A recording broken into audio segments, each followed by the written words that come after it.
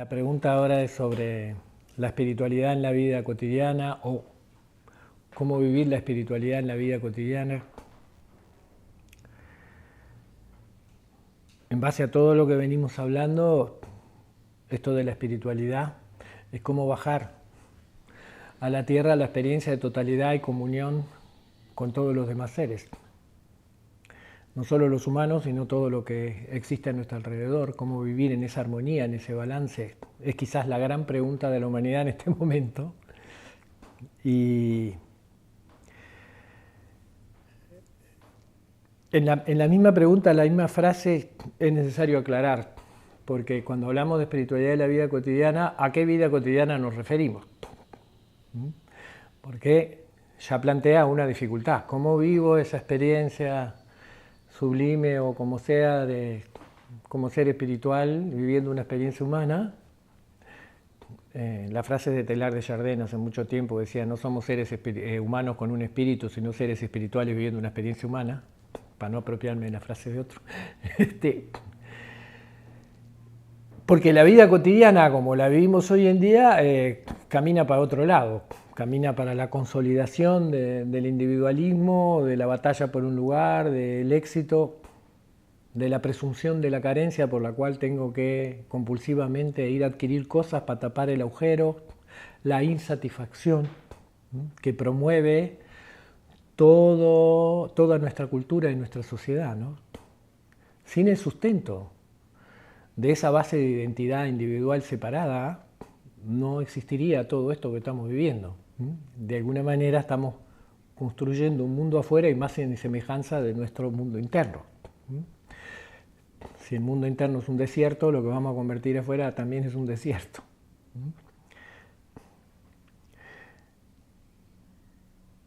Entonces lo primero es diferenciar o limpiar la diferencia, es comprender que si nosotros estamos en una búsqueda y estamos empezando a comprender o a entender, a vivir de otra manera, y si hemos empezado la búsqueda es porque queríamos ir para ahí de alguna manera, y estamos encontrando respuestas a esa búsqueda, a esa pregunta, se vuelve difícil el seguir conviviendo en este sistema cuando ya hemos saboreado o hemos sentido que la cosa va por otro lado.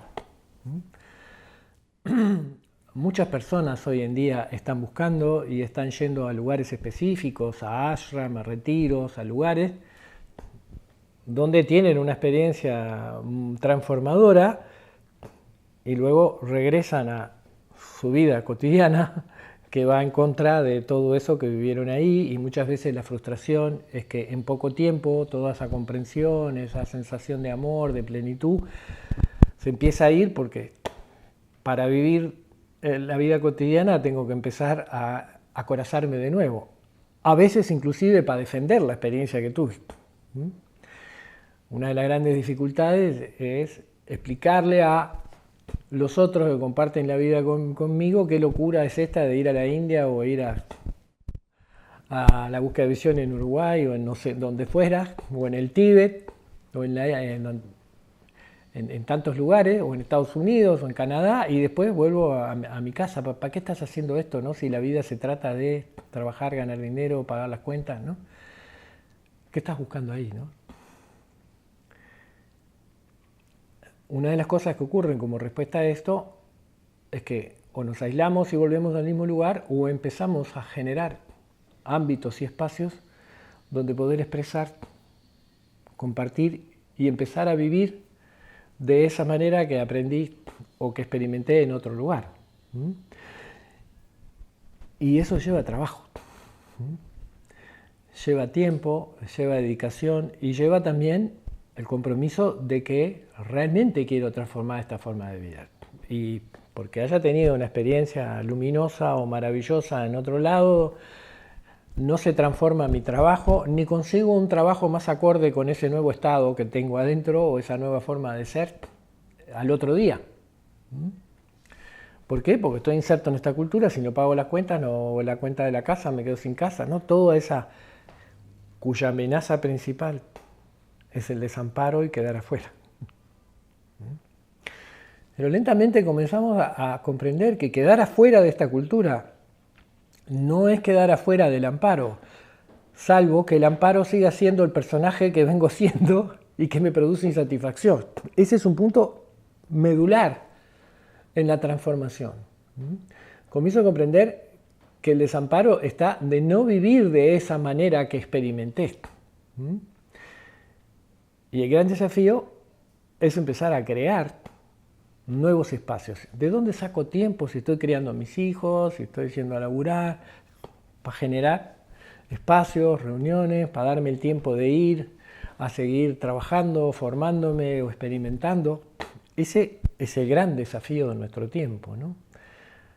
Que requiere de dirigir un monto de energía hacia eso. Ahora, esta diferencia que hay entre tener un gran insight sobre lo que la vida es realmente y lo que me gustaría y encontrarme con que la realidad cotidiana, esa alienante y separada, no se desconstruyó. Vuelvo a ingresar en ella, suele ser una de las decepciones más fuertes para las personas que están en una búsqueda de transformación de su vida, ¿no? Y a veces es fuerte la decepción y las personas terminan desistiendo porque les duele mucho ir y volver. Lo importante para comprender acá es que no tenemos que desconstruir la vida afuera. Lo que tenemos que desconstruir es el personaje que la sostiene. Porque la fuente de estrés es el miedo que tengo a que si desconstruyo el personaje que me permite sobrevivir, voy a caer en el desamparo. En la medida, el desamparo, cuando comprendo que la diferencia de desamparo no es quedar afuera de la cultura, sino quedar fuera del círculo de amor. El haber conseguido reconocer el origen, cómo es, el haber entrado en esa herida y empezar a llenar ese espacio conmigo mismo, va trayendo un estado de gracia o de paz, de calma, de noble tristeza, de duelar las circunstancias de mi vida, de perdonarme. Y eso naturalmente comienza a generar un espacio diferente en todas mis relaciones. Los sistemas se cambian desde adentro, se cambian transformando la identidad que sostiene los sistemas. Y no de afuera, porque la humanidad ya ha intentado muchas veces cambiar los sistemas de afuera con violencia, con guerras, y vamos de la izquierda a la derecha, de la derecha a la izquierda. Por ahí no es el cambio. Nosotros hemos hecho aquí en Uruguay varias experiencias de ese tipo en instituciones, organizaciones del Estado o privadas, utilizando el conocimiento de la dinámica de grupo para sanar y limpiar las relaciones que las personas tienen dentro de esas instituciones y también generar un estado de horizontalidad sin tocar la verticalidad institucional. Porque una vez que las personas en cualquier cargo, en cualquier lugar, comienzan a comunicarse desde el corazón, desde el amor, desde el respeto por el otro, se transforma la relación que hay dentro y que produce el propio verticalismo cuando se limpian las relaciones dentro de ellos. Entonces, una de las estrategias que siempre pusimos como condición para hacer un trabajo grupal dentro de una institución es que todos los líderes estuvieran incluidos. Porque cuando se empieza a mover la configuración de los subordinados, los líderes tienen miedo a perder su poder y entonces trancan los procesos de transformación. Si usted quiere un proceso de transformación, los primeros que tienen que transformarse son los líderes, los gerentes, los dueños, los que dirigen. Porque así evitamos la reacción defensiva. ¿Se entiende?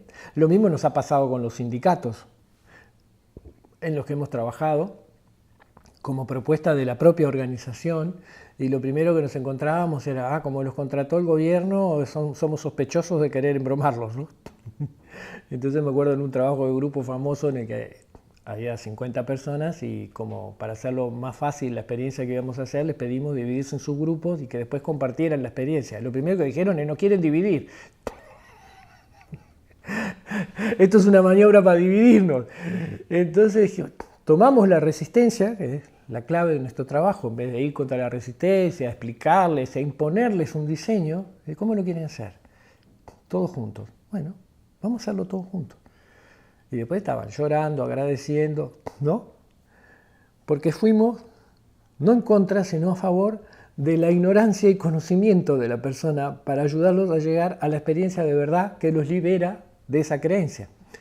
Entonces, ganaron confianza, Porque nosotros aceptamos su manera de ver el mundo. Es imposible empezar un camino si no es a partir de como yo lo veo. Y luego lentamente tengo que ir desconstruyendo mi visión del mundo para darme cuenta que eso es lo que me impide disfrutar o experimentar la totalidad que soy, ¿no? Entonces, primero paciencia. Vamos a empezar por transformar nuestras relaciones más íntimas, porque eso es de donde partimos. El sistema nos ha heredado una familia nuclear paternalista. No vamos a patearla, también hay amor, también hay un montón de cosas buenas ahí. Vamos a empezar a transformarla. Vamos a empezar por perdonarnos, perdonar a nuestros padres, perdonar a nuestros abuelos, ¿no? Y empezar a que no sea un discurso y que nuestros hijos disfruten de esa nueva experiencia. Y a tomar el riesgo de decir, bueno, nosotros vamos a poner una parada acá, yo me voy a hacer responsable de lo que heredé, pero no lo voy a heredar a mi familia. Y empecemos por sacar lo máximo de lo mínimo y no querer transformar el mundo. El camino espiritual, en cierto sentido, no es un camino, porque no es un camino de aquí para llegar allá. Eso es uno de los trucos del ego, ¿no? Vas a meditar 20 años, vas a ir al Himalaya, no sé qué, y algún día te vas a iluminar, ¿no? Con lo cual se asegura 20 años más de sobrevivencia. ¿Por qué digo es un camino a ninguna parte? Porque es un camino de aquí a aquí. No es un camino de aquí a allá. Es un camino de mi corazón a mi corazón. Obvio que también tengo que ir allá para descubrir que era aquí. Pero ese es el proceso.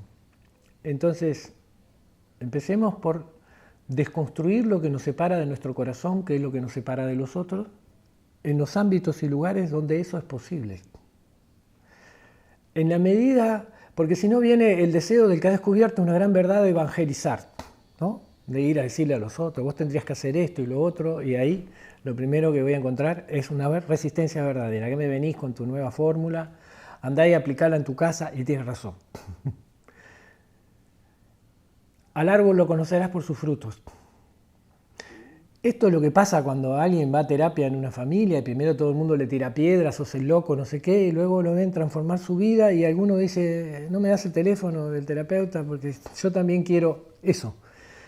No predicaste, no hiciste nada, te bancaste los palos, bueno, encontraste algo dentro de ti y alguien más dice, yo quiero lo mismo. Pasa con las medicinas, pasa con todo, cuando descubren que esto no es una droga, es un camino de libertad. Y que no solamente depende de la medicina, sino de todo el trabajo que hay un grupo para elaborar, ayudar a las personas a entender su experiencia. Es un camino de verdad, que es un camino serio y que produce transformaciones concretas que podemos ver. No una manga de pirados que están, ¿no? Sino gente responsable que se hace cargo, que cumple, que sostiene su familia, que cumple con sus tareas, aún dentro de esta cultura.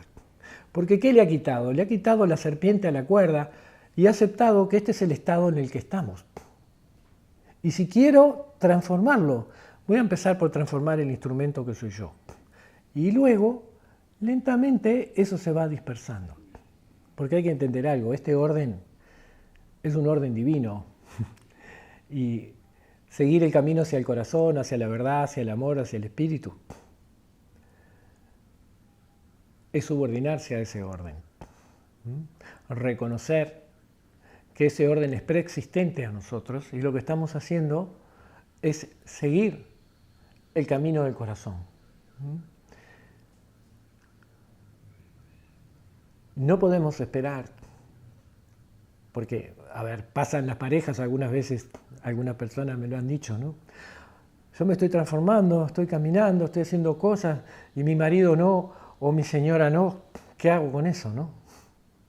Bueno, a ver, ¿cuánto tiempo te llevó a ti tomar esta resolución? Tu marido te tira piedras para que no vayas a terapia o no vayas a hacer, no, me hace, bueno, está haciendo algo para que vos lo puedas hacer. Empezá por ahí. ¿Cuánta paciencia tuvieron las otras personas para que vos hicieras tu proceso de transformación? Bueno, empezá por tener paciencia con tu marido. Y si tu marido ve que estás cada vez mejor y cada vez sos más amorosa, más compasiva y más comprensiva, probablemente diga esto le está haciendo bien y yo también lo quiero. El problema no está afuera. está dentro. Así que la primera pregunta que siempre trato de hacerme es ¿en qué me incomoda lo que estoy viendo afuera a mí? ¿Dónde estoy poniendo yo la serpiente en lo que está pasando afuera que me impide aceptar, comprender e incluir a esos otros que no me gustan o que me incomodan? Ese es el gran trabajo. ¿Qué resultado va a tener después en lo macro? Quizás no lo veamos. Estamos plantando semillas sinceras y verdaderas. Yo mismo ahora, en ese estado maravilloso de gracia de estar compartiendo la búsqueda de visión en ese lugar con tanta gente, miraba y decía, lo que está pasando allá, lo que está pasando acá, ¿será que esto va a dar frutos para todos? ¿No? Porque en realidad la familia es la humanidad entera, ¿no? Hoy en día todos somos mestizos, nos guste o no, todos estamos mezclados, todos somos hijos de esta madre tierra.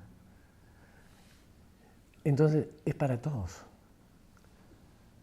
Pero recuerdo las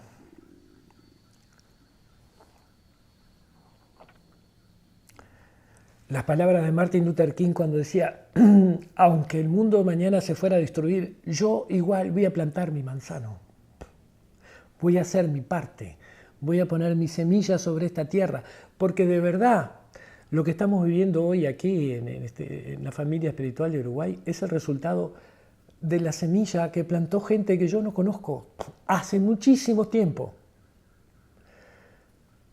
con la esperanza de que un día diera frutos.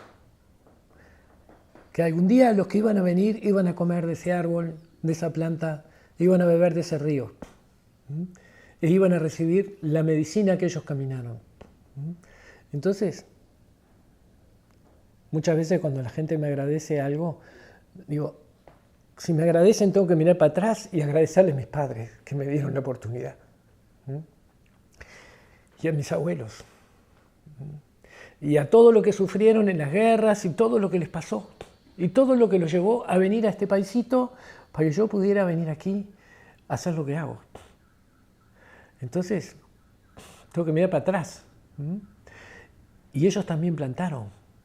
Y muchos de los que vinieron a esta tierra sin honor, sin gloria, sin reconocimiento, sin espiritualidad, sin una religión, sin un círculo que los contenga, desesperados buscando algo nuevo, una tierra prometida. Esto por ellos también. Por las futuras generaciones y por todos los que no lo pudieron hacer antes, pero que entregaron su vida para que de alguna manera hoy esos frutos estén aquí disponibles para el que los pueda tomar. Y es para todos. Este camino es para toda la humanidad. Y todos han influido para que esto salga así. Esto es la vida cotidiana. Vivir la realidad que estamos viviendo con el compromiso de transformarla en un orden que estamos experimentando y no queremos imponerle a nadie. Queremos que todos se sientan bienvenidos y que forman parte de la gran familia. Entonces, desde ese punto de vista, no hay ningún conflicto ante la vida cotidiana. Sigue siendo, como dice un canto, cuando hay un canto que le pide a la Madre Divina el coraje y el valor para seguir viviendo en el amor. Y bueno, ese es el desafío. ¿Voy a renunciar a vivir en el amor para seguir viviendo de esta otra manera o voy a mantener ese compromiso?